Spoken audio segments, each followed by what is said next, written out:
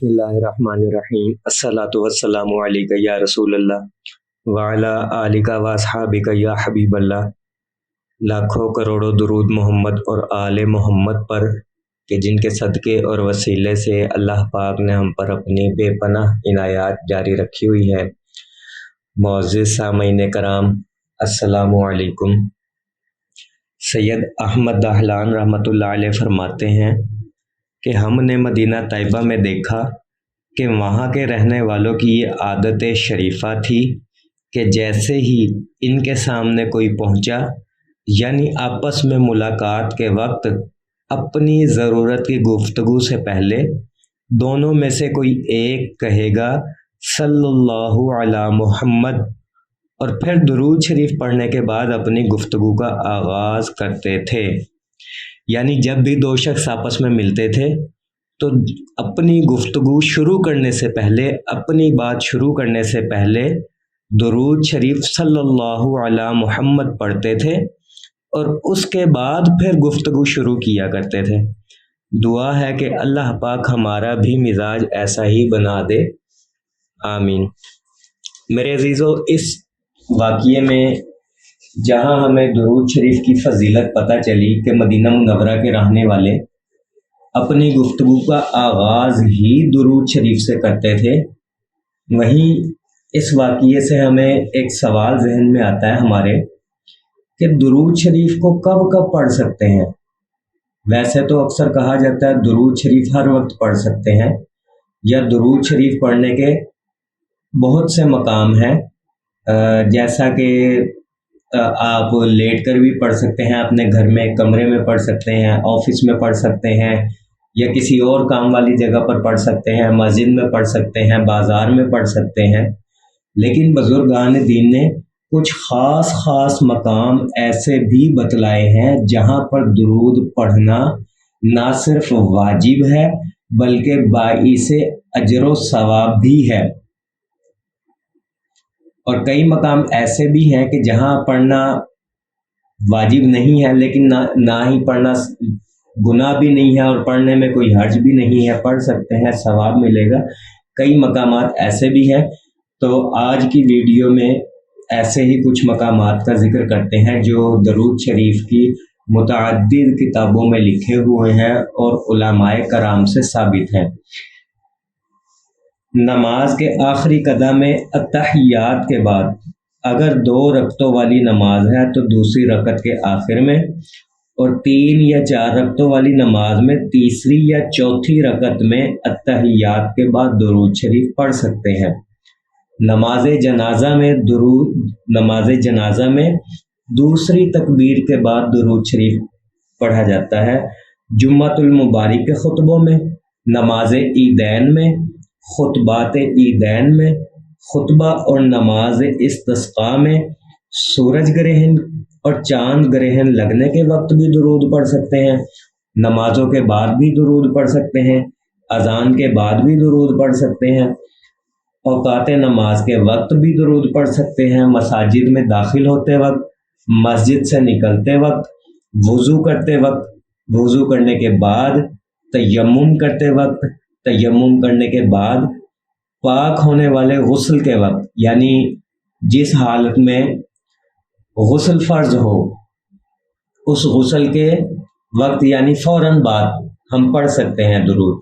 दुआ के अव्वल और आखिर, ये तो आपने सुना ही होगा कि हर वो दुआ जिसके अव्वल और आखिर दुरूद शरीफ पढ़ा जाता है वो आसमान के पर्दे चीरते हुए अर्श इलाही तक पहुँचती है, और अगर दुरूद शरीफ ना पढ़ा जाए तो उसे आसमान पर ही रोक लिया जाता है।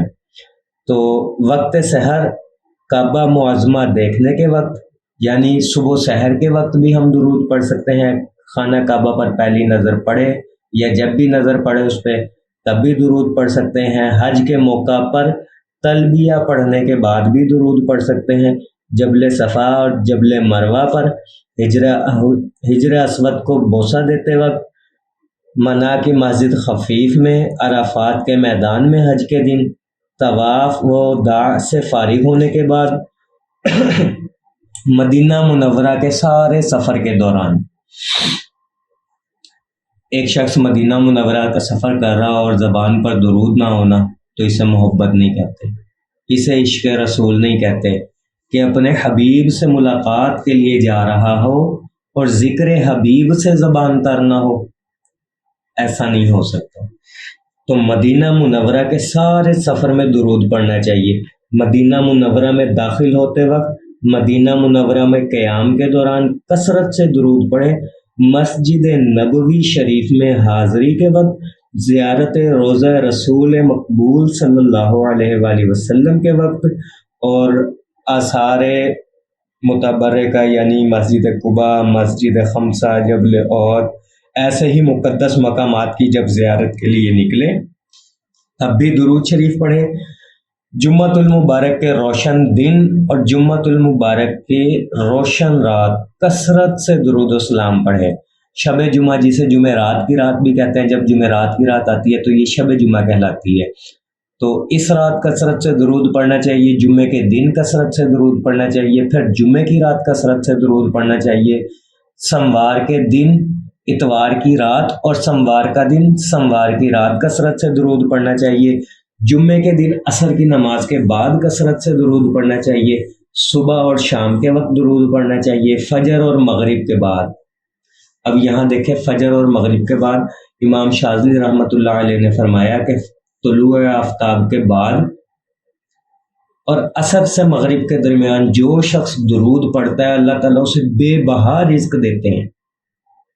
آزما کے دیکھیے گا آپ بھی، یہ حقیقت ہے، اس میں رتی برابر بھی شک نہیں کہ جو شخص فجر کے بعد یا طلوع آفتاب کے بعد اور عصر سے مغرب کے وقت درود پڑھتا ہے نا، اور اس پر ساری زندگی کے لیے اپنے اوپر فرض کر لے، اللہ پاک اسے بے بہا رزق دیتے، اس کو کبھی رزق کی تنگی محسوس نہیں ہوگی۔ اور یہ میری آنکھوں دیکھا مشاہدہ ہے کہ فجر کے بعد اور مغرب کے بعد یعنی عصر کے بعد، عصر اور مغرب کے درمیان کہہ لیں، فجر کے بعد عصر اور مغرب کے درمیان جو بندہ درود پڑھتا ہے اللہ اسے بے بہا رزق دیتے ہیں۔ جب ہم کسی سے گفتگو کرتے ہیں تب بھی درود پڑھ سکتے ہیں، کہیں لیکچر دے رہے ہیں تو سٹارٹ میں درود پڑھ سکتے ہیں، قرآن حفظ کرتے وقت درود پڑھ سکتے ہیں، یعنی جب بھی قرآن مجید پڑھنا شروع کریں اور قرآن مجید جب مکمل کر لے تو درود پڑھ سکتے ہیں، گھر سے نکلتے وقت درود پڑھ سکتے ہیں، گھر میں داخل ہوتے وقت درود پڑھ سکتے ہیں، لیٹ کر درود پڑھ سکتے ہیں، بیٹھ کر درود پڑھ سکتے ہیں، چلتے پھرتے گفتگو کے دوران درود پڑھ سکتے ہیں۔